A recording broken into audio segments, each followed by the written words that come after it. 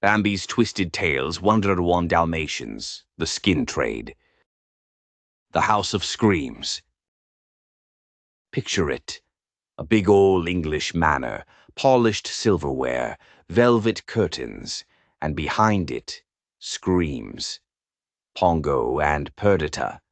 They weren't just pets, they were breeders, forced like cattle, chained to the floor, bellies swollen with litter after litter. Their humans smiled and said, "Aren't they beautiful?" But in the dark, Pongo's ribs showed, and Perdita's eyes begged for death more than freedom. The humans didn't care about love. They cared about profit. Spots meant money. The rarer, the better. Enter Cruella. Cruella De Vil.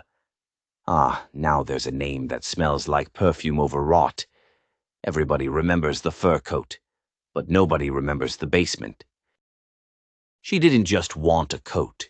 She needed it. Needed it like a junkie needs a vein. Her family wasn't rich anymore. She blew the fortune on gin, morphine, and fashion shows where the mannequins grinned with real teeth. The fur trade wasn't mink or fox. It was dogs, puppies, skinned fresh. The younger the better, their screams muffled under the hum of sewing machines. She wasn't eccentric, doll. She was a fucking butcher dressed in pearls. The abduction. The night it happened, the sky was coughing smoke.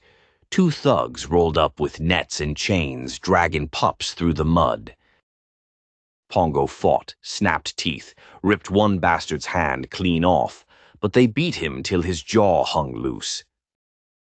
Perdita howled as they stuffed the pups in sacks, tiny tails thrashing, spots flashing like 100 eyes in the dark.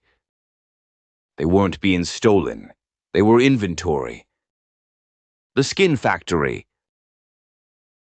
The old De Vil estate on the hill. It wasn't a home, it was an abattoir. The cauldrons in the cellar weren't for stew. They were vats for boiling fur, clean off bone. Hooks lined the ceiling, dripping with fat that stank sweeter than pork.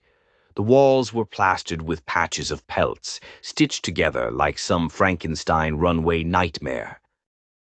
The pups whimpered, piled in cages, staring at the bodies of their brothers already flayed. The older dogs whispered, "Don't cry, don't whimper, it excites her." And Cruella?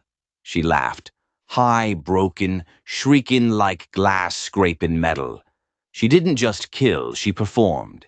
Each slice was a symphony, each pelt a note in her opera of rot. The escape that wasn't. In the fairy tale, the dogs escape. They waddle through the snow, hide under soot, and run home. That's the bedtime lie. The truth? Half of 'em froze in the woods. Wolves got the others. The survivors, scarred, mangled, haunted. And Pongo? He carried his last pup in his jaws, already dead, stiff as winter stone, hoping maybe Perdita wouldn't notice. She did. She never howled again. The curse of spots. They say Cruella burned in the fire, her mansion going up in flames. But no body was ever found. Some nights when the fog rolls in, people swear they see her silhouette on the road, fur coat glistening, stitched with fresh blood. And if you see a stray puppy with spots in the dark, don't pick it up. Don't call to it, 'cause that ain't no pup, it's bait.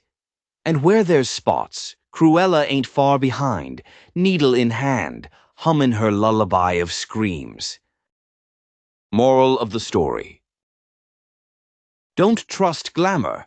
Don't trust pretty words or shiny coats. Behind every polished smile, there could be a butcher sharpening her knife. And remember, greed don't just kill ya. It skins you alive and wears your face to the fucking ball. This has been Bambi's Twisted Tales. And remember, this ain't just a channel, it's the Pizzaverse. We don't dress lies up in fur. We rip 'em bare and show you the truth. So smash that like, hit subscribe, and ring the bell. 'Cause if you don't, next time you hear claws scratching your door, it might not be your dog begging to get in.